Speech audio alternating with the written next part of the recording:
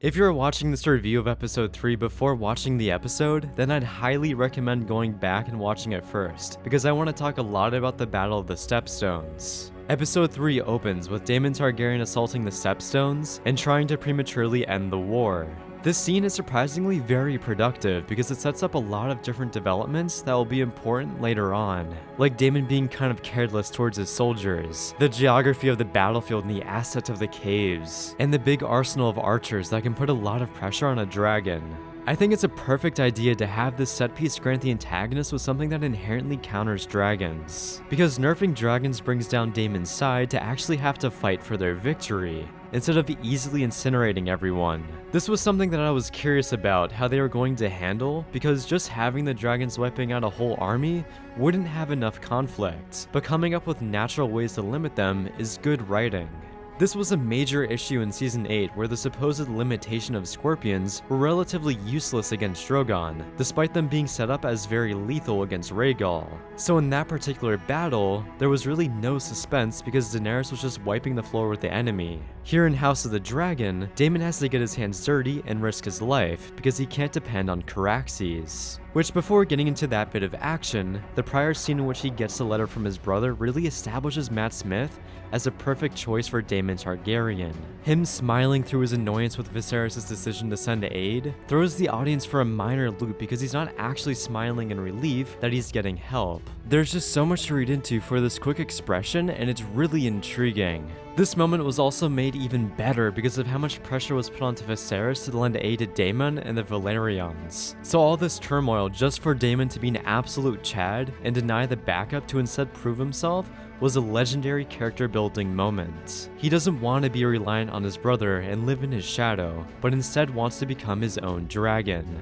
This major emphasis on character is so relieving because you don't want to just have a battle be pure spectacle. That's why to me, this one scene of Daemon's rush to get to the crab feeder was so amazing.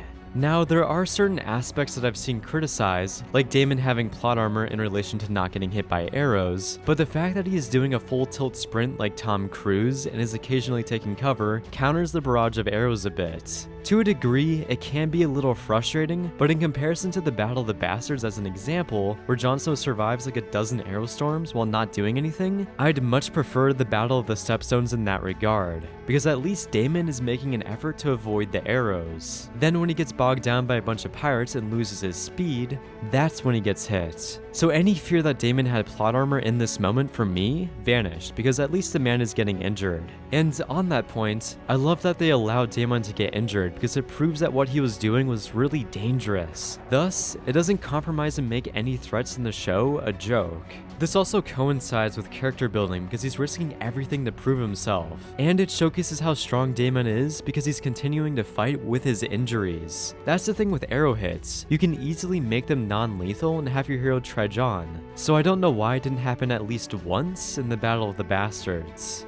Going into the action side of things, for this entire battle, I was a little annoyed with the editing and how quickly cut and drawing it all felt. To a degree, battles need this aspect, but not almost 100% of it. This would annoy me a lot more if it wasn't for the main focus being on Daemon getting to the crab feeder, but in terms of the execution of the chaotic action, the creators essentially nailed down that aspect in Game of Thrones, so they are still doing it really well here. A cool little detail in the behind the scenes was that they made big plastic maces and filled them with blood that would explode blood all over people when they got hit. That was pretty interesting, and it made for great shots of people getting demolished. One other small critique was that the VFX at times didn't look as good as usual. The dragons aren't the culprit here, and they've gotten them down to a T, but basic things like blood hits and squirts looked off. Generally, it's pretty easy to tell when blood is fake because VFX blood normally looks two-dimensional and doesn't have the same minor light diffractions that go on in blood since it's a liquid. This is also made even more noticeable since they use real blood effects in some shots. Even earlier on in the episode where Rhaenyra is stabbing the boar to death, it looks like her face is getting spray painted. Now, I don't know if this was a budgetary issue and they were simply running out of money from how expensive the episode was, or if this was just an oversight. But at the end of the day, this isn't a big issue and it's kind of a nitpick. However, it did bother me a tiny bit, and it wasn't just the blood. For the final moment of Daemon dragging out the crab feeder's corpse, I've seen people say that it was anticlimactic, but honestly, the anticlimactic part for me wasn't that Daemon killed the crab feeder off screen, who in of himself probably couldn't fight, but the fact that the battle was essentially just starting and it ends really quickly. Going back to the fact that there was a lot of chaotic action, I wish we got some longer takes of cordless Valyrian shredding through people to make the battle more satisfying and rewarding. Because as it stands, the meat of the battle lasts about 2 minutes, not including the Daemon rush, which again is the main draw of this scene. So I feel like the unsatisfying feeling some people may feel stems from the fact of the short battle, instead of the outcome of the crab feeder.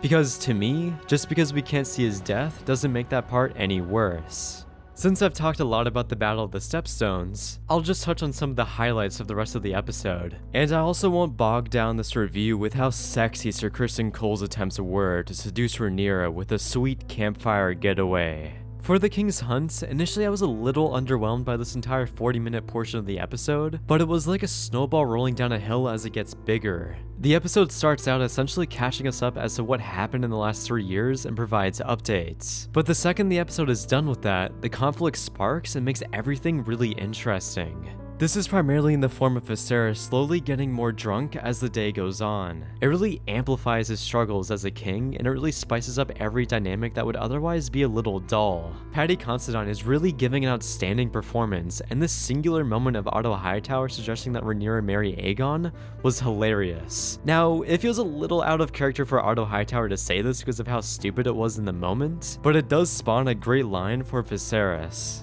I came here to hunt. Not to be suffocated by all this fucking politicking.